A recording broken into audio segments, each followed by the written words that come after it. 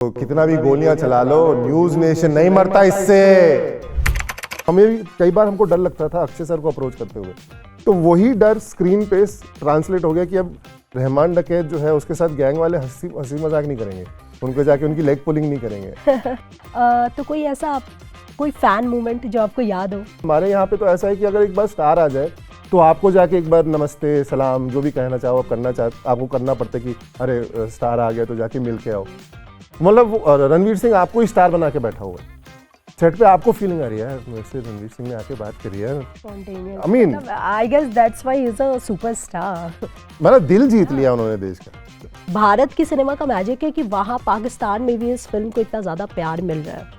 Ban कर रहे हैं वो आम जनता तो नहीं है, जो बैन कर रहे हैं वो वहाँ की जो गवर्नमेंट है या वहाँ पे जो सियासत वहाँ की गवर्नमेंट भी है। कि उनसे पूछा कि उन्होंने हमारे यहाँ के ऊपर फिल्म बनाई है, आपको कैसा लगता है? कहता किसी ने बनाई तो हमारी कहानियां हम ही नहीं बना रहे तो कोई और बनाएगा ना एक दिन, क्या करोगे आप, कैसे रोक सकते हो? क्या होता है, हम एक स्पाई भेजते हैं, उसके पास सारी टेक्नोलॉजी, जेम्स बॉन्ड से ज्यादा उसके पास टेक्नोलॉजी होती है, वो जाता है एक आदमी 20 लोगों को मारता है, रोमांस करता है, फाइटर जेट चलाता है और वापस आ जाता है। Oh God, you won't believe, मैंने अपने रिव्यू में यही लाइन बोली थी। हमने हमेशा से स्पाई थ्रिलर मूवी बॉलीवुड में ऐसी ही देखी है। में कई लोग कह रहे हैं कि अरे रणवीर सिंह के ऊपर अक्षय खन्ना भारी हो गए, अक्षय खन्ना ज्यादा अच्छे लग रहे हैं, रणवीर सिंह ने तो इतना अच्छा काम नहीं किया। मेरे साथ साथ सारे हिंदुस्तानी का दिमाग खराब हो गया वो सीन को देख के। वो था 26/11 का, जब वो रियल फुटेज, वो ऑडियो क्लिप जब सुनाई जाती है तो सीरियसली मैं बस बोलूं कि आंखों में आंसू आ गए थे कि हमारे देश में उस वक्त ऐसा हुआ था। और वो किस तरह से कनेक्ट करके बोल रहे कि किसी को भी मत छोड़ो, ना बच्चे ना कोई महिलाएं रहनी चाहिए, सबको मार दो। वो मोमेंट मैं जानना चाहती हूँ आप लोग के लिए कैसा था? जब हमने वो पूरी रिकॉर्डिंग सुन ली थी उसके बाद आई थिंक 10 से 15 मिनट तक कोई बोला नहीं। अगर डोंगा हिंदुस्तानी होता तो पाकिस्तान को क्या मैसेज देता? अगर आना है तो मेरे थ्रू गुजरना पड़ेगा और मैं इतनी आसानी से मर नहीं वाला। सबसे मजेदार रील कौन सा देखा? आजकल ये बहुत चल रहा है कि लोग स्पाई बन के पाकिस्तान में जा रहे हैं, कंबल लपेट के जा रहे हैं कि मैं भी स्पाई बनूंगा। कल परसों मैंने एक रील देखी कि जो एक्चुअल यारी टाउन है वहाँ पे लोगों से पूछा जा रहा है कि अरे आपके ऊपर कहानी बनी है और उसके ऊपर 500 करोड़ कमा लिए फिल्म ने, तो लोग कह रहे हमें भेजो 80% हमें भेजो, हमारी कहानी है, ऐसे कैसे अपने जेब में रख रहे हो, हमारे को भेजो। जिस फिल्म को बॉर्डर पार बैन किया गया वही फिल्म वहां पर रिकॉर्ड तोड़ रही है। जी हाँ, धुरंधर ने पूरे पाकिस्तान का सिस्टम हिलाकर रख दिया है। और आज हमारे बीच धुरंधर का सबसे खतरनाक चेहरा डोंगा यानी कि नवीन कौशिक हमारे स्टूडियो में मौजूद है।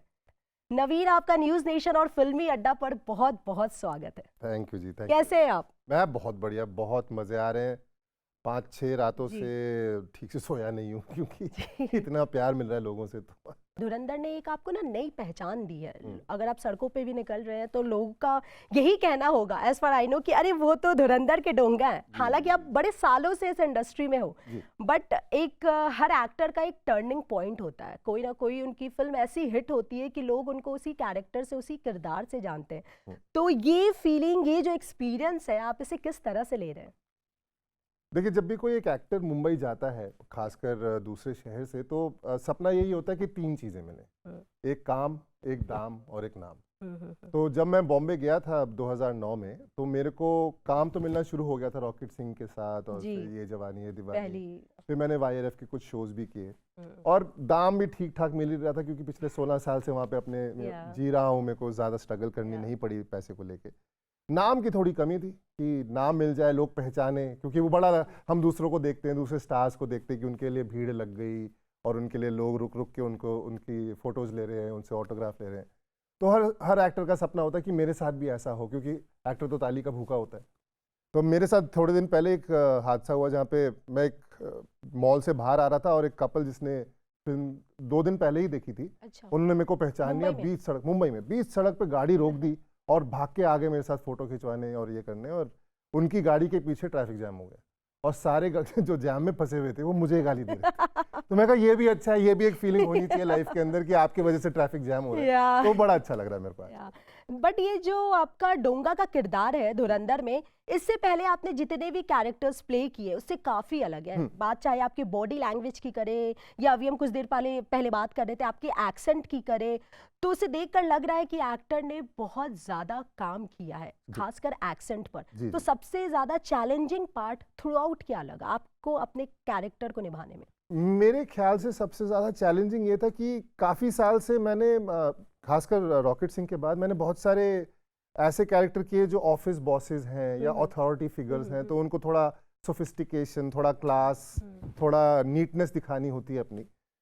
इस कैरेक्टर में वो सारी चीज़ें छोड़ देना, जिसको हम वो कहते हैं ना कि सभ्य, सिविल कहते हैं, कि गलत तरीके से बर्ताव करना, बिहेव करना, वो सारी हरकतें करना जो लोग कहते हैं कि अरे हमारे माँ बाप हमारे को बचपन में सिखाया करते थे ये मत करो। तो वो सारी चीज़ें इस कैरेक्टर में लाना, सर के साथ, आदित्य सर के साथ उसको डिस्कस करना कि मैं कर सकता हूँ या मैं करूँ या नहीं करूँ, उनका मेरे को प्रोत्साहित करना कि तू कर, कोशिश कर, देख, सीन में डाल, अगर गलत होगा तो मैं तेरे को रोक दूंगा। उसका उनका काम है as a director, free hand छोड़ दिया उन्होंने कि तुम करो, गलत होगा मैं बता दूंगा। तो कई जगह पे हुआ है कि जैसे एक सीन है जहाँ पे हमजा का जो कैरेक्टर, रणवीर सिंह का जो कैरेक्टर है हमजा, वो अक्षय खन्ना जी को बोलते हैं कि आपको बदला लेना चाहिए अपने बेटे की मौत का। तो मैं वहाँ पे उनके साथ में खड़ा हुआ था, तो मैं थोड़ी देर बाद उनके साथ हामी मान करने लगा था रणवीर सिंह के साथ उनके कैरेक्टर के बातों पे। तो वहाँ पे आदित्य सर आ गए थे, उन्होंने कहा कि यार देख इतनी मत कर, ऐसा लग रहा है कि तू पहले से ही उसके साथ है, वो यहाँ पे सबको कन्विंस कर रहा है, तो इतना मत कर, थोड़ा रुक जा। बीच बीच में मैं हंस भी दिया जब उसने 2-3 कुछ उन्होंने लाइंस बोली, तो वहाँ पे भी आदित्य सर ने बोला कि ये मत हंस, थोड़ा रुक, ये स्पीच जो है ये बड़ी इम्पोर्टेंट है, तो इसके अंदर उसको हंसी से उड़ा के उसकी इंपॉर्टेंस कम हो जाएगी। तो वो वहाँ पे आके करेक्ट भी कर देते थे, पर मेरा एज एन एक्टर काम था कि जाके करो। तो वो सारे आइडियाज जो हमको मिलते नहीं थे, मेरे को दूसरे कैरेक्टर्स में करने को नहीं मिलते थे, वो मैंने सारे इस कैरेक्टर में डालने की, लो आज लो, जितने भी मेरे इतने सालों से वेट कर रहा हूँ मैं आइडियाज करने के, कर लो। तो वो मेरे को अच्छा लगा करने में। और स्टार्टिंग में थोड़ा डर भी लगा कि कर सकता हूँ नहीं कर सकता, इतने सालों से किसने चांस नहीं दिया है, अब चांस दे रहे हैं तो क्या मैं कर पाऊंगा। तो उसके अंदर मेरे ख्याल से आदित्य सर और मुकेश छाबड़ा जी ने बहुत सपोर्ट किया। बट अगर आपके कैरेक्टर को देखें तो बहुत ही कैजुअल तरीके से, आपने ऐसा लग नहीं रहा है कि मतलब हम कोई मूवी देख रहे हैं या एक्टिंग हो रही है। छोटी छोटी चीज़ों या हरकतों पर अगर हम जाए तो बहुत ही आम इंसान की तरह जैसे हम लोग करते हैं हरकतें, तो उस पर आपने काम किया या वो ऑन स्पॉट वैसी चीज़ें निकली? अब मेरे ख्याल से हम जैसे एक्टर्स का जो काम होता है वो यही होता है कि कैरेक्टर जो है वो रियल लगे। प्लस अगर आपको आदित्य सर जैसे कोई डायरेक्टर मिल जाए जिसने पहले से ही उतनी रिसर्च कर रखी है, उन्होंने हर कैरेक्टर पे रिसर्च कर रखी है, हर कैरेक्टर का बैकग्राउंडर बना रखा है, चाहे वो रियल हो या ना हो। जैसे मेरा कैरेक्टर जो है वो रियल लाइफ के किसी कैरेक्टर पे बेस नहीं। रहमान डकैत रियल लाइफ कैरेक्टर है, Uzair Baloch real life character है, पर मेरा कैरेक्टर रियल नहीं है। तो फिर भी उन्होंने उसके ऊपर काफ़ी रिसर्च कर रखी थी कि ये कहाँ से आता है, कैसा होगा, कैसे गैंग में शामिल हुआ, क्यों रहमान डकैत इस पर भरोसा करते हैं, क्यों उसको अपना बॉडीगार्ड बना रखा है या उसका सेकंड हैंड बना रखा है। तो वो सारी चीज़ें उन्होंने पहले ही रिसर्च करके हमें दे दी थी। तो फॉर मेरे लिए एज एन एक्टर उसके ऊपर ज़्यादा मेहनत करने की ज़रूरत नहीं थी। मेरे को बस वो चीज़ जो उसका थ्रेड होता है कैरेक्टर का वो ढूंढना था, और बस वो मतलब कहते हैं ना वो मक्खन की तरह डायलॉग फिर निकलते हैं, आपको कोई एफर्ट करने की ज़रूरत नहीं है। Very nice. फिल्म में इतने सारे सुपरस्टार्स, इतने बड़े धुरंधर आप कह लो, जी, अक्षय खन्ना, रणवीर सिंह, उन दोनों के साथ आपके सीन ज़्यादा हैं, उन दोनों के साथ आपने ज़्यादा काम किया है। तो एक्टिंग के दौरान उनसे क्या सीखा, क्या एक चीज़ ऑब्जर्व की जो हर एक एक्टर को सीखना चाहिए? अक्षय सर से तो मैंने ये सीखा कि अगर आपके कैरेक्टर की जो इम्पोर्टेंस है आप समझ जाते हो, तो उसको सेट पे दूसरी चीज़ों में इन्वॉल्व होके फिजूल मत खर्चो अपनी एनर्जी को, क्योंकि वो उनका जो कैरेक्टर है बड़ा सीरियस कैरेक्टर है, वो हर चीज़ को बड़ा नाप तोल के सोच समझ के एग्जीक्यूट करता है। तो वो चीज़ को, उस कैरेक्टर की सीरियसनेस को पकड़ने के लिए वो कई बार सेट पे लोगों के साथ ज़्यादा घुल मिलते नहीं थे, वो अपना एक कोने में जब मैंने ये सुना, इससे पहले दानिश आए थे तो उन्होंने भी कहा था वो कोने में फोन लेके, विदाउट फोन कोने में वो बैठ के चेयर लगा के सबको बस देखते थे, ऑब्जर्व करते थे। तो ये सच है, क्योंकि उनको मेरे ख्याल से उनको समझ में आ गया था कि रहमान डकैत का जो कैरेक्टर है उसकी जो छोटी छोटी बातें हैं, बारीकियां हैं, अगर निकालनी है और दिखानी है, जो आज जब लोग फिल्म देख रहे हैं उसको पकड़ रहे हैं, तो उसके लिए थोड़ा सा उसके ऊपर ना टेंशन दे के, फोकस दे के, ध्यान रख के उसकी एनर्जी को कंजर्व करके उसको करना पड़ेगा। और अगर मैं ज़्यादा अगर मैं ज़्यादा लोगों के साथ घुल मिलूंगा, मौज मस्ती करूंगा, तो हो सकता है कि दूसरे एक्टर्स जो हैं उनके कैरेक्टर को थोड़ा हल्का ले लें। तो एक वो भी एक क्या कहते हैं, एक डायनामिक आ जाता है कि आपको डर लग रहा हो। हमें भी कई बार हमको डर लगता था अक्षय सर को अप्रोच करते हुए, तो वही डर स्क्रीन पे ट्रांसलेट हो गया कि अब रहमान डकैत जो है उसके साथ गैंग वाले हंसी मजाक नहीं करेंगे, उनको जाके उनकी लेग पुलिंग नहीं करेंगे। तो वो आई थिंक उन्होंने वो एक बहुत सही हमारे लिए, हम दूसरे जो सपोर्टिंग एक्टर्स हैं उनके लिए एक माहौल क्रिएट कर दिया था कि जो तुम लाइफ में फील कर रहे हो वही तुम स्क्रीन में कर दो, तुम्हारा कैरेक्टर अच्छे से निकल आएगा। और वो सबका निकल के आया है। तो वो मैंने उनसे वो सीखा कि जो अपने कैरेक्टर को लेके सीरियसनेस होनी चाहिए ना, उसके ऊपर ध्यान दो। और रणवीर सिंह सब जानते हैं वो कितनी एनर्जी रखते हैं। मतलब अगर उनको उड़ना आता तो वो कभी ज़मीन पे आते हैं। इतनी एनर्जी है उनकी बॉडी के अंदर। तो मैंने उनसे यही सीखा कि हालांकि वो इतना सीरियस कैरेक्टर कर रहे थे और इतने बड़ी फिल्म की जिम्मेदारी उनके कंधों पे थी, उन्होंने सबसे दोस्ती बनाई थी। वो हर किसी के पास जाके अपनी तरफ से जाके, वरना हमारे यहाँ पे तो ऐसा है कि अगर एक बार स्टार आ जाए तो आपको जाके एक बार नमस्ते सलाम जो भी कहना चाहो आप आपको करना पड़ता है कि अरे स्टार आ गया तो जाके मिल के आओ। वो खुद आते थे, वो देख लेते कौन कहाँ पे क्या खड़ा है, वो सीधा एक गो में इससे मिले उससे मिले, उसके साथ जाके मजाक किया, यहाँ पे आके 2 बातें करी, आओ जी सीन शुरू करते हैं।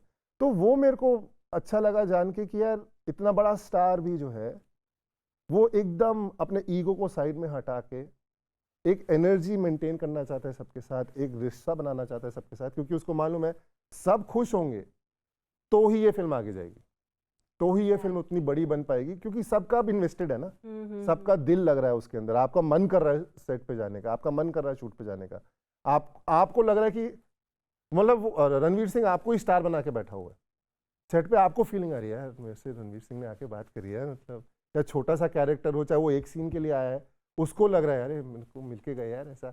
तो वो जो फीलिंग होती है फॉर एक्टर्स, वो मतलब कि हमें भी कोई इंपॉर्टेंस दे रहा है और इतना बड़ा आदमी हमको इंपॉर्टेंस दे रहा है, आई थिंक काबिल तारीफ है उनकी तरफ, मतलब जो वो करते हैं, हैट्स ऑफ।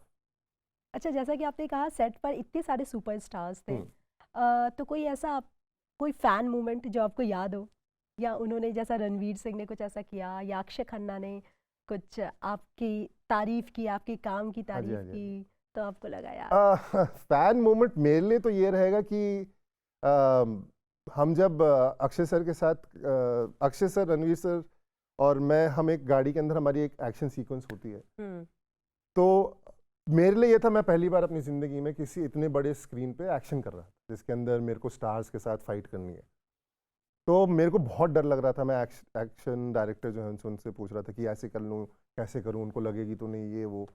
तो उसके अंदर उन्होंने, मेरे ख्याल से दोनों ने ये बात शायद सुन ली कि ना इसको डर लग रहा है, क्योंकि गाड़ी का स्पेस है और ऐसा भी नहीं उसको हमने खोल रखा, वो सेम एक्चुअल जो गाड़ी का स्पेस होता है वो कन्फाइनमेंट में हमने एक्शन करना था। तो दोनों अपने टाइम पे आए और उन्होंने मेरे को समझाया कि ऐसे करो, ऐसे देख लेना, ये मत करना, इससे ऐसे करोगे तो तुम्हें चोट लग सकती है, मुझे चोट लग सकती है। तो वो मेरी केयर करना दोनों की तरफ से, हालांकि मैं दोनों का ऑलरेडी फैन था, लेकिन यहाँ पे होता ना कि दिल जीत के ले गए, मतलब ले जाओ, अब आप कहोगे जान बिछा दे नवीन, तो मैं जान बिछा दूंगा आपके लिए, क्योंकि उन्होंने इतनी केयर करी। मेरे को एक पॉइंट पे चोट भी लगी थी, मेरे कोहनी पे लग गई थी एक्शन करते हुए, तो अक्षय सर ने उस समय एक्शन कट करवाया कि एक बार देख ले, डॉक्टर से करवा ले, वरना उनका ही टेक लग रहा था, उन्होंने अपना टेक रोका कि इसको लग गई है, इसका केयर करो। उसमें रणवीर सिंह भी आए, उन्होंने कहा कि क्या हुआ, कैसे कर रहा था, क्या कर रहा था, तो उन्होंने मेरे को टिप्स दिए कि ये ना बोलेंगे सारे एनर्जी से करने के लिए, उसके अंदर ऐसे कर दे, मैंने ये सीखा है, मैं बता रहा हूँ, ऐसे कर देना, तेरे को लगेगी नहीं अगले बार। तो ये सारी चीज़ें for me personally was like, अभी आप मेरे को इतना, अगर आप मेरी केयर कर रहे हो और आप मेरे को इतना दे रहे हो, तो मतलब आपका कोई फैन कैसे ना बने। बाकी तो उनके सेट पे जो उन्होंने एनर्जी से वो उन्होंने किया था, फॉर एग्जांपल एक रैली का सीन है, वहाँ पे रणवीर सिंह ने कोई स्पीच नहीं देनी, सिर्फ अक्षय सर ने देनी है। वो आते हैं, वो खड़े हुए हैं वहाँ पे, उनका जब टेक हो गया, वो खड़े होके पूरा क्राउड जो था, मेरे ख्याल से 1000 लोग थे, वो उनको की टाइमिंग के साथ, उनकी जो चीयरिंग है जो है वो एक साथ टाइमिंग के साथ आए, तो वो बैठ के उनको कोऑर्डिनेट कर रहे थे। वो बाकी डायरेक्शन टीम को कह रहे हैं कि तुम बाकी चीज़ें देखो, बहुत सारी चीज़ें देखने के लिए, इतने सारे एक्टर्स हैं सेट के ऊपर, कैमरा का हो रहा है, ड्रोन शॉट लग रहे हैं। तो एडीज की मदद करने के लिए वो खड़े हो गए थे। तो उन्होंने पूरे एडी टीम को बोला कि ये मैं कर लूँगा, तुम जाओ। और वो क्राउड जो है उनके लिए कि रणवीर सिंह उनके साथ एक्टिंग कर रहा है, उनके साथ चीयरिंग कर रहा है, तो उनके लिए तो ये हो गया था कि अरे आप बोलो सर कितना करना है, तो वो लगे रहे, मतलब बड़ी भरी दोपहर में वो कर रहे थे। तो I think I mean I guess that's why he is a superstar. मतलब दिल जीत लिया उन्होंने देश का। नाइस। दिल तो आपने भी जीता अपने किरदार से। बहुत तारीफ हो रही है आपके कैरेक्टर की, उससे भी ज्यादा आपके लुक की। जिस तरीके मतलब लुक बना देते हैं मेकर्स, बट उसको कैरी करना वो एक्टर पर है। तो आपका जो मेकअप होता था, जो भी गेटअप था, या आपने कितना पुट ऑन किया, उसके बारे में हमें कुछ बताइए। तो जब मेरे को फिल्म ऑफर हुई थी, मेरे को ये डोंगा का कैरेक्टर आदित्य सर ने ऑफर किया था, तो उन्होंने कहा था कि देख नवीन, बाकी सारे जो गैंग में लोग हैं वो ऐसे वेल बिल्ड, मस्कुलर, दाढ़ी लंबी, बाल लंबे, सीरियस चेहरे वाले हैं, लेकिन मेरे को डोंगा की एक चीज़ चाहिए कि वो हर वक्त हंसी मजाक करता रहता है, हंस बोलता रहता है। तो एक ना लोगों को उसके साथ कंफर्ट लेवल चाहिए, वो उनको लगे कि यार ये तो अपना ही भाई है, ये अब तो अपना ही दोस्त है, हमारे गैंग में, हमारे दोस्तों में ऐसा एक इंसान होगा। लेकिन जब वो फाइनल सीक्वेंस आएगी, जब तेरी एक्शन सीक्वेंस आएगी, तो वो जब वो अपना रूप दिखाता है कि ये डोंगा जो है, जो हंसी मजाक अभी कर रहा था, अब ये फट के लोगों के ऊपर भारी पड़ रहा है, तो वो मेरे को बहुत क्लियरली चाहिए। तो इसलिए उन्होंने नाम जो दिया है डोंगा, डोंगा वो एक बर्तन होता है जिसके अंदर खाना लगाते हैं। तो मैंने उनसे पूछा सर इसलिए नाम रखा है क्या? उन्होंने कहा हाँ, क्योंकि गोल सा होता है ना, तो मेरे को डोंगा थोड़ा गोल चाहिए। तो उन्होंने कहा वेट पुट ऑन करो, तो मैंने थोड़ा वेट पुट ऑन कर लिया उसके कैरेक्टर के लिए, 20-25 किलो चढ़ाया। साथ में उन्होंने बहुत सारी हमारे को ट्रेनिंग्स भी दी थी, एक्सेंट की, वेपन्स की, मार्शल आर्ट्स की। और जब उन्होंने सारी टीम को जो है, गैंग को, उन्होंने कहानी का नरेशन दिया था, तो उन्होंने हमारे को उनके जो विजन है, उन्होंने ये कैरेक्टर ऐसा लगेगा, ये एक्टर कैरेक्टर ऐसा लगेगा ना, उन्होंने वो स्केचेस बनवाए हुए थे। तो जब उन्होंने डोंगा दिखाया कि डोंगा मेरे को ऐसा चाहिए, तो मेरे को पता चला ओके ये क्या लुक की तरफ काम कर रहे हैं। फिर स्मृति जो है जिन्होंने कॉस्ट्यूम करी हैं, प्रीतिशील जिन्होंने मेकअप और प्रोस्थेटिक्स हैंडल किया है, जब वो अपने आइडियाज़ लेके आए कि इसका ना ये स्कार रहेगा, ये ऐसे कपड़े पहनता है, तो वो कैरेक्टर के ऊपर जितने जितने लेयर चढ़ते गए, उतना वो कैरेक्टर और निखर के आने लगा। और मेरे को दिखने लगा अच्छा आदित्य सर का विजन इस कैरेक्टर को लेके ये है। तो प्रोस्थेटिक्स टीम के साथ डिसाइड करना कि स्कार कैसा होगा, कितना लंबा होगा, क्यों आया है। हम मतलब वो हमसे बाकायदा पूछते थे कि अच्छा आपको लगता है ये स्कार कैसे लगा होगा, तो वो कहानी बनाना वो हमारे को और एज अ एक्टर ना, मतलब वो हेल्प ही करता है जब हमको सीन करना होगा। तो वो सारी चीज़ों ने मिलके आई थिंक सेट पे कम से कम 1 से 1.5 घंटा जाता था मेकअप, कॉस्ट्यूम वगैरह करने में, तैयार होने में। तो वो रोज़ शूट के दौरान उतना स्पेंड करना उस कैरेक्टर को निकालने के लिए, फिर आदित्य सर की हेल्प जो सेट पे देते थे कि अच्छा ऐसे करो वैसे करो, तो उस चीज़ से वो कैरेक्टर और निखरता है। मतलब अपनी मैंने तो मेहनत करी है, मैं ये नहीं कहूँगा मैंने कुछ नहीं किया, लेकिन बाकी जो टीम है उनका हमारी तरफ इतना ध्यान देना एक एक कैरेक्टर को लेकर इक्वल कि हम हमारे लिए सिर्फ स्टार्स ही नहीं है, आप हमारे लिए ये कैरेक्टर्स भी हैं। जब ये कैरेक्टर्स निकल के आएंगे तो ये दुनिया जो है हम बनाना चाह रहे हैं लियारी की, वो निकल के आएगी। तो उस चीज़ ने पूरा कैरेक्टर निकाला। फिल्म का सेटअप काफ़ी ग्रैंड और काफ़ी रियल और काफ़ी रॉ है।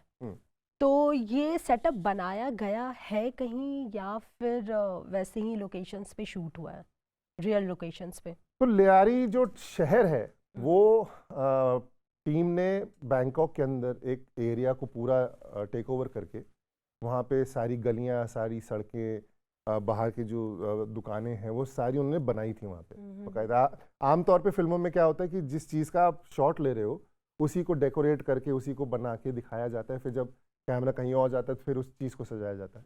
इन्होंने 3 महीने लगा के पूरा एरिया जो था, दुकानों से लेके, घर से लेके, सड़कें लेके, तारे लेके, वो बैनर जो लगे होते हैं हम गलियों में देखते हैं, वो सब उन्होंने पहले ही बना दिया था कि आप आओ और आपको पूरा फील होगा कि आप लियारी में आ गए। आप बैंकॉक में नहीं हो, आप लियारी में हो।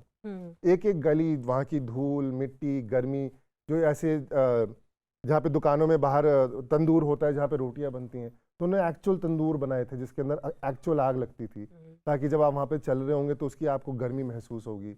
वहाँ पे उन्होंने मेटल वर्क की दुकानें होती हैं जहाँ पे वो सोल्डरिंग से वो चीजें जोड़ सब बनाया गया, सब प्रॉपर बनाया गया। ऐसा नहीं कि उसको बाद में हम सीजी से डाल देंगे या वो हम फेक कर देंगे, नहीं, उन्होंने पूरा रियल बनाया ताकि जब आप चलो तो आपको उस शहर की जो गर्मी होती है ना, हर एक एक्टर को महसूस हो।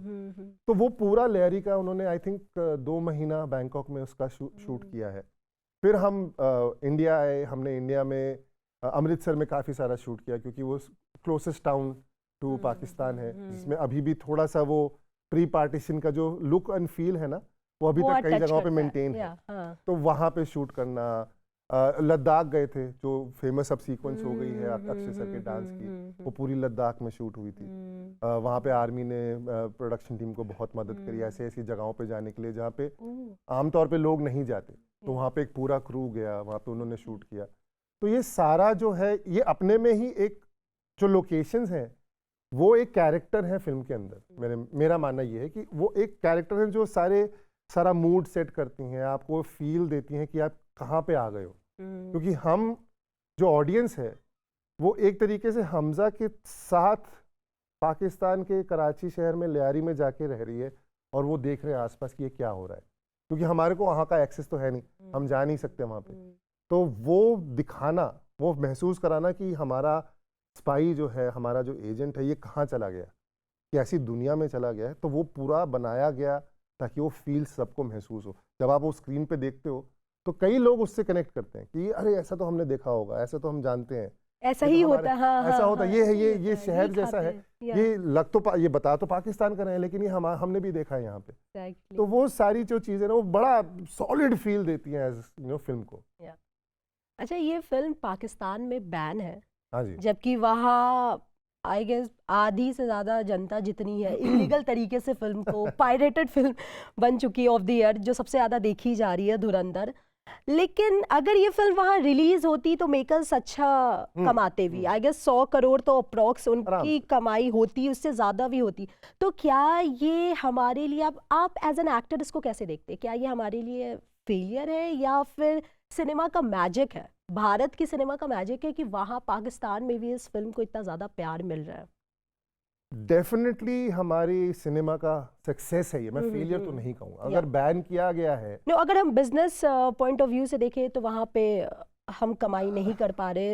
हाँ, मतलब वैसे अगर कोई देखना चाहे तो हाँ, हम कह सकते हैं ये फेलियर होगा, लेकिन ये इतनी सक्सेसफुल फिल्म हो गई है कि एक शहर, एक देश में जहाँ पे फिल्म बैन है, वहाँ पे लोग इसको पायरेट करके देख रहे हैं। हम कहते हैं कि फिल्म क्यों पायरेसी मत करो, लेकिन हम चाहते हैं वो हमारी कहानी भी सुने, वो ये ना लेके चलें जो लोग बैन कर रहे हैं वो आम जनता तो नहीं है, जो बैन कर रहे हैं वो वहाँ की जो गवर्नमेंट है या वहाँ पे जो सियासत, वहाँ की गवर्नमेंट भी है वही है कि नहीं है, कोई है नहीं है, पता ही नहीं। तो वो लोग इसके पीछे पड़े हैं। आम जनता तो देखना चाह रही है, क्योंकि वो वहाँ पे मैंने थोड़े टाइम पहले एक वीडियो देखा था जहाँ पे लियारी की एक लड़की कह रही थी कि उनसे पूछा कि उन्होंने हमारे यहाँ के ऊपर फिल्म बनाई है, आपको कैसा लगता है? कहता किसी ने बनाई तो हमारी कहानियां हम ही नहीं बना रहे तो कोई और बनाएगा ना एक दिन, क्या करोगे आप, कैसे रोक सकते हो? तो मेरा मानना है कि आम जनता तो देखना चाह रही है, क्योंकि हमने फिल्म के अंदर आम जनता को गाली नहीं दी है। बिल्कुल, हमने उनको नहीं कहा कि ये खराब है, हमने ये नहीं कहा कि ये लोग गलत हैं, हमने कहा कि जी आपके जो पॉलिटिशियन है या आपका जो ISI है, जो ये सारी चीज़ें मैनिपुलेट करता है, इन चीज़ों को क्रिएट करता है, ऐसा माहौल बनाता है कि दुश्मनी का माहौल बन जाए दो देशों के बीच में, हमने उनको क्रिटिसाइज किया। तो वो आम जनता भी समझ रही है हाँ, हमारी लाइफ जो मतलब मुश्किल हो गई है आज की डेट में हमारे करप्ट पॉलिटिशियंस की वजह से। तो वो कहानी में ये नहीं देख रहे कि अरे हमें बोल दिया, अरे पाकिस्तान को गलत बोल दिया, एंजॉय कर रहे हैं, वो एंजॉय कर रहे हैं क्योंकि कहानी उनकी है। उन्होंने, और ये जो कैरेक्टर्स हैं उज़ैर, रहमान, मेजर इकबाल, ये वो लोग हैं जो उन्होंने देखा है, इन आम जनता जो पाकिस्तान की है, उन्होंने इन चीज़ों को देखा, इन लोगों को देखा और उन्होंने जो गलत किया है उसको महसूस किया है। आज की डेट में चलो ठीक है, वो हमारा पड़ोसी मुल्क है, हमारी उनके साथ अभी रिश्ते थोड़े ख़राब हैं, लेकिन आम जनता ने तो नहीं किए जी। उनके तो यही लोग हैं ना जिन्होंने उनको जाके बहकाया और दुश्मनी का माहौल क्रिएट किया। तो हमने वो आईना दिखाने की कोशिश करी है मेरे ख्याल से, और क्या खूब कोशिश हुई और बहुत अच्छे से निकल के आया। ऐसा नहीं है कि अरे ये गलत है, ये गलत। देखिए ऐसा होता है, ये लोग ऐसे हरकतें करते हैं। हिस्ट्री जान रहे थे इस फिल्म के थ्रू। एग्जैक्ट जो बहुत सारी कहानियां हमें नहीं पता है, बहुत सारे ऐसे हीरोज हैं हमारे देश के जिनके बारे में हमें नहीं पता कि उन्होंने वहां पर जाकर क्या किया। धुरंधर में एक कैरेक्टर है गौरव घेरा जी का, हाँ, आलम जूस सेंटर चलाते हैं आलम हाँ। का। वो एक हमारा एजेंट है जो बहुत सालों से मतलब वहां पे बैठा हुआ है। वो एक्शन नहीं करना, वो बस नेटवर्क बनाने, इंफॉर्मेशन गैदर करने, वो अपना घर बार सब छोड़ के 20-25 साल से वहां पे रह रहा है। तो वो हमारे ही देश का एजेंट है, हमारे में से ही कोई वहां पे गया है, तो उसकी कहानी, उसको कैसे हम भूल सकते हैं। ये सारी छोटी छोटी चीजें, वरना क्या होता है, हम एक स्पाई भेजते हैं, उसके पास सारी टेक्नोलॉजी, जेम्स बॉन्ड से ज्यादा उसके पास टेक्नोलॉजी होती है। वो जाता है, एक आदमी 20 लोगों को मारता है, रोमांस करता है, फाइटर जेट चलाता है और वापस आ जाता है। Oh God, you won't believe, मैंने अपने रिव्यू में यही लाइन बोली थी। हमने हमेशा से स्पाई थ्रिलर मूवी बॉलीवुड में ऐसी ही देखी है, बट यहाँ के जो स्पाई है वो सच में एक्चुअल में धुरंधर है भाई। मतलब हमारे स्पाई के पास BMW नहीं है, उसको रोडवेज की बस जो होती है ना, वहाँ की रोडवेज की बस अफगानिस्तान से लेके, भाई कहाँ जाएगी, वो कहते हैं यहाँ जाएगा, अच्छा कोई बात नहीं, उसको टिकट खरीद के जाना पड़ रहा है। तो ये सच्चाई है, मेरे ख्याल से यही सच्चाई ऑडियंस के साथ कनेक्ट करिए, क्योंकि लोग समझ रहे हैं यार ऐसे नहीं घुस जाता कोई BMW चलाते हुए, यहाँ से जाएगा, वाघा बॉर्डर क्रॉस, तैयारी करनी पड़ती है सालों की, बहुत सालों की तैयारी, और बिल्कुल एकदम खामोशी के साथ जाना पड़ता है। जो सॉरी मैं थोड़ा अलग जा रहा हूँ, लेकिन रणवीर सिंह का जो कैरेक्टर है, कई आज की डेट में कई लोग कह रहे हैं कि अरे रणवीर सिंह के ऊपर अक्षय खन्ना भारी हो गए, अक्षय खन्ना ज्यादा अच्छे लग रहे हैं, रणवीर सिंह ने तो इतना अच्छा काम नहीं किया। लेकिन उनका कैरेक्टर ही नहीं है। उनका जो कैरेक्टर है हमजा का, वो ऐसा कैरेक्टर है जिसको अपनी तरफ अटेंशन खींचनी नहीं। वो स्पाई है, वो चाहता है तुम करो मैं देखूंगा। वो तो चाह ही नहीं रहा कि मेरी तरफ आए, मेरे को अटेंशन मिले, मेरे को इंपॉर्टेंस मिले। वो तो चाह रहा सबको मिले, तुम लो अटेंशन। वो क्या कर रहा है, वो जब बदले की भी बात होती है तो वो रहमान डकैत को कहता है कि आपको लेना चाहिए। जब आर्म्स एंड एम्युनिशन लेके जाना होता है तो वो उजैर को बोलता है कि ऐसे करना चाहिए। तो वो दूसरों के कंधों पे रख के बंदूक चला रहा है, क्योंकि उनको उनके थ्रू इंफॉर्मेशन गैदर करनी है। अगर वो अटेंशन अपनी तरफ खींचेगा, लोग तो पूछेंगे ना कौन है ये आ गया, तो फिर अपना स्पाई फेल हो जाएगा, फिर वही एक हीरो उभर के आता। तो मेरा मानना है कि अगर फिल्म देखते हुए लोगों को अक्षय खन्ना जी ज्यादा याद आ रहे हैं और रणवीर सिंह कम याद आ रहे हैं, तो ये तो सक्सेस है रणवीर सिंह के एक्टिंग की, क्योंकि उन्होंने खेला ही वो कैरेक्टर, मेरे को अटेंशन मत दो, इनको देखो। तो आई थिंक ये सारी जो डिटेलिंग है ना, ये जनता समझती है। ये ऑडियंस जो है वो थोड़ा सा स्मार्ट हो गई है, पहले भी थी इन चीजों को लेके, अब धीरे धीरे उनको समझ में आ रही है यार ऐसे नहीं हो जाता, बेवकूफ मत बनाओ। तो वो अब ये फिल्म देख के उनको समझ में आ रहा है, अच्छा इतनी मेहनत लगती है, इतना स्ट्रगल होता है, इतने क्या कहते हैं टफ कंडीशंस में आपको काम करना पड़ता है। मतलब लाला लैंड से निकलो बाहर, और असल में जानो कि स्पाई का काम क्या होता है। मतलब वो जब हमजा का कैरेक्टर वहां जाता है और आलम जूस सेंटर में काम करना शुरू करता है, उनका थोड़ा एक मोन्टाज दिखाया गया कि वो लोगों को जूस सर्व कर रहे हैं, जूस निकाल रहे हैं, ये कर रहे हैं, बर्तन साफ कर रहे हैं। फिर एक कट आता है 1 साल बाद, मतलब वो 1 साल उस दुकान पे काम करता रहा ताकि लोगों को के लिए आम हो जाए बात कि अच्छा ये तो यहीं पे रहता है। अच्छा, ये जो आपने कहा ना, ये हमारे लिए भी थोड़ा सा शॉकिंग था। अच्छा इतने साल तक अभी ये चलेगा, ये बिल्डअप करेंगे, वहाँ के लोग को जानेंगे, मतलब जो रियलिटी में होता है। एग्जैक्टली ये नहीं कि आपने फ्राइडे को डिसाइड किया चलो मिशन पे चलते हैं, सैटरडे संडे लड़ाई करी, मंडे आगे वापस हो गया जी, हाँ कर दिया जी हमने न्यूक्लियर बॉम्ब डिसमेंटल। ऐसे तो मतलब मेरे ख्याल से तो नहीं हो सकता। अगर ऐसा हो रहा होता तो इंटरनेशनल इंसिडेंट हो जाता है, वॉर हो जाती। यहाँ पे एक आदमी को वो ट्रस्ट गेन करना गैंग का, लोगों के बीच में रेगुलर बन जाना कि लोग देखते हुए चलते अरे ये तो अपना ही है, लड़का है अपना, भूल जाए लोग कि ये कहीं से कभी आया था। तो वो ये कहानी आई थिंक फिल्म में 2004 में शुरू होती है और हम ऑलमोस्ट इसको 2016-17 तक देखते हैं। तो इतने साल उस आदमी ने वहां पे स्पेंड किए, धीरे धीरे इंफॉर्मेशन के, क्योंकि वो पहले दिन जाके अगर रहमान डकैत से बोलता गैंग में शामिल हो तो गोली मार देता उसको, वो आके बोलता अच्छा आप कहाँ पे आम सप्लाई करते हो, वो गोली मार देता उसको। तो धीरे धीरे ट्रस्ट गेन करना पड़ता है ना, वो तो कोई भी समझ जाएगा कि अच्छा इतनी आसानी से तो नहीं होता है। तो आई थिंक वही चीज ऑडियंस के साथ बहुत जोरों से रेजोनेट कर रही है, वो उसको रिलेट करे, उसको हाँ ये सच्चाई दिख रही है हमारे।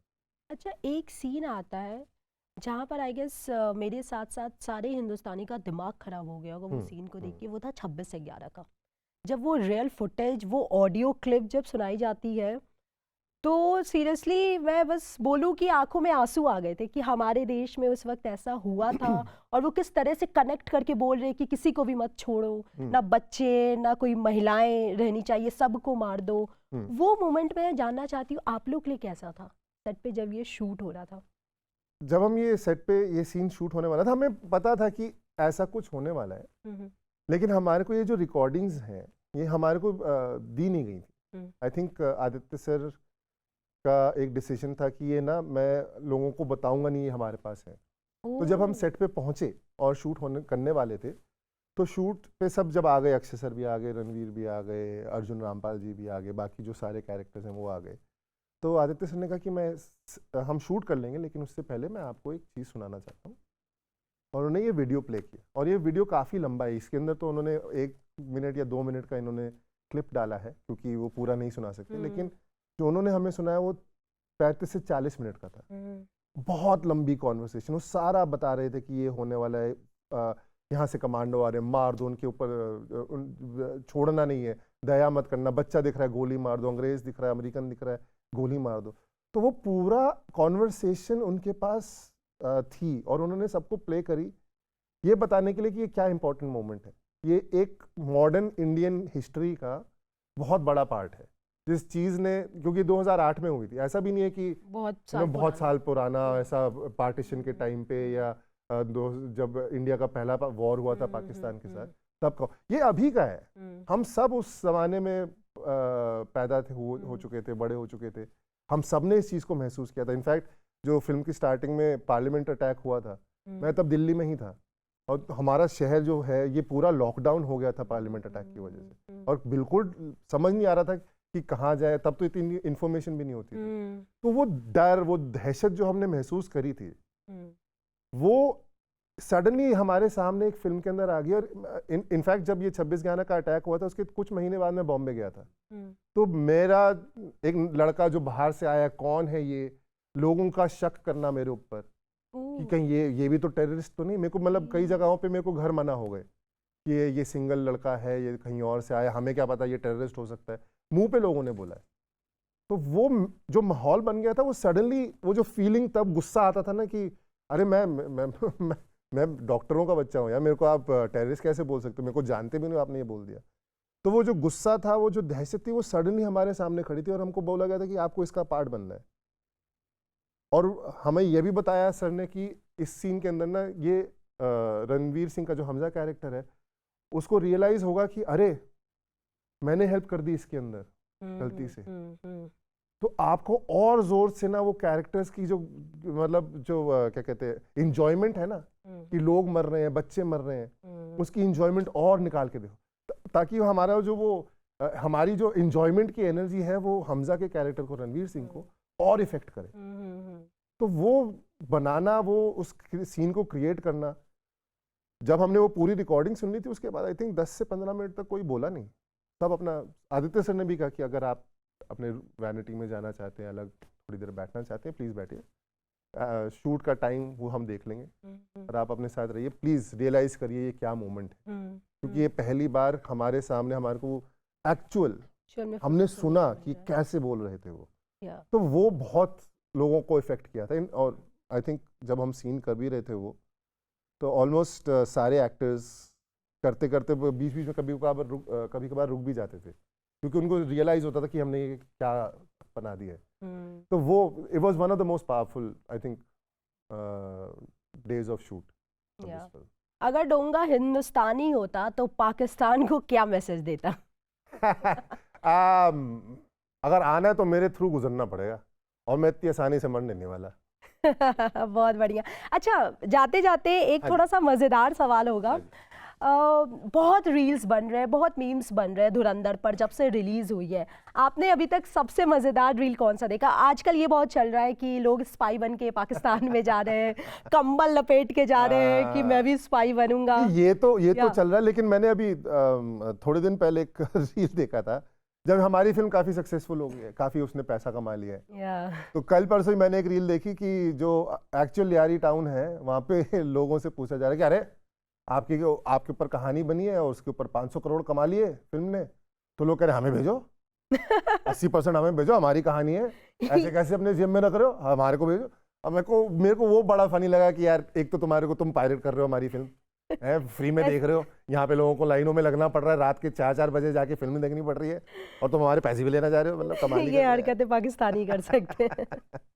या सो इसका अगला पार्ट भी आने वाला है 19 मार्च को, क्या कुछ नया धमाल देखने को मिलेगा? मैं आपको बिल्कुल नहीं बता सकता क्योंकि मैं उसमें हूँ ही नहीं। चलो ये बहुत बड़ा एक्सक्लूसिव हो गया, डोंगा उसमें नहीं है क्योंकि वो ऑलरेडी मर चुका हाँ, है। लेकिन फिल्म जो है सेकंड पार्ट, जहाँ तक मेरे को मालूम है दूसरे एक्टरों से बात करके, उन्होंने बताया है कि अगर आप कहेंगे ना कि पार्ट 1 में एक्साइटमेंट, एनर्जी, मूड अगर 10 है तो पार्ट 2 50 होने वाली है। मतलब उसका एक्शन भी और है, उसके अंदर कहानियां भी और हैं, बहुत सारे और इंटरेस्टिंग कैरेक्टर्स आने वाले हैं। तो और एक सवाल चालू हो गया कि ये बड़े साहब कौन है, बहुत लोग मेरे को कमेंट्स में पूछते हैं बड़े साहब कौन है। मैं खुद जानना चाहता हूँ, इतना हो गया, हमें पता भी नहीं था कि अच्छा बड़े साहब की भी कोई बात है इस कहानी के अंदर। फिल्म देखी तो पता चला ओ ये एंगल भी है। तो अब मैं भी खुद एक्साइटेड हूँ, मतलब होता ना कि मैं एक्टर हूँ इस फिल्म का और मेरे को एक्साइटमेंट है कि मैं फिल्म देखने जाऊँ।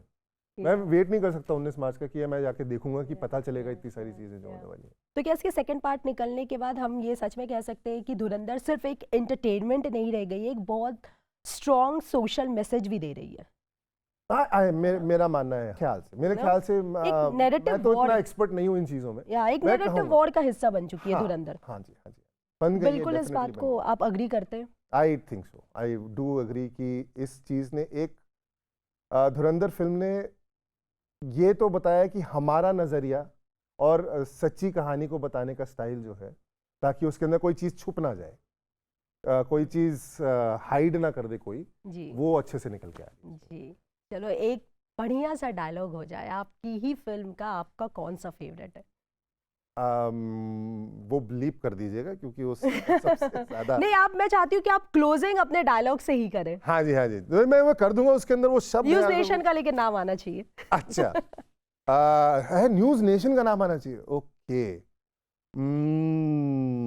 डिफिकल्ट दे दिया क्या मैंने? डिफिकल्ट दे दी, न्यूज़ नेशन को कैसे लो, मेरे डायलॉग थोड़ा गलत वाले हैं। तो एक फाइनल फाइट सीक्वेंस में एक लाइन है जो मैंने इम्प्रोवाइज करी थी और आतिफ सर ने थैंकफुली रख दी। तो जो मैं उसमें बोलता हूँ बलोची नहीं मरता इससे, तो कितना भी गोलियां चला लो न्यूज़ नेशन नहीं मरता इससे। पाकिस्तानियों से। बिल्कुल बिल्कुल। Thank you for joining us, thank you so much. Thank you.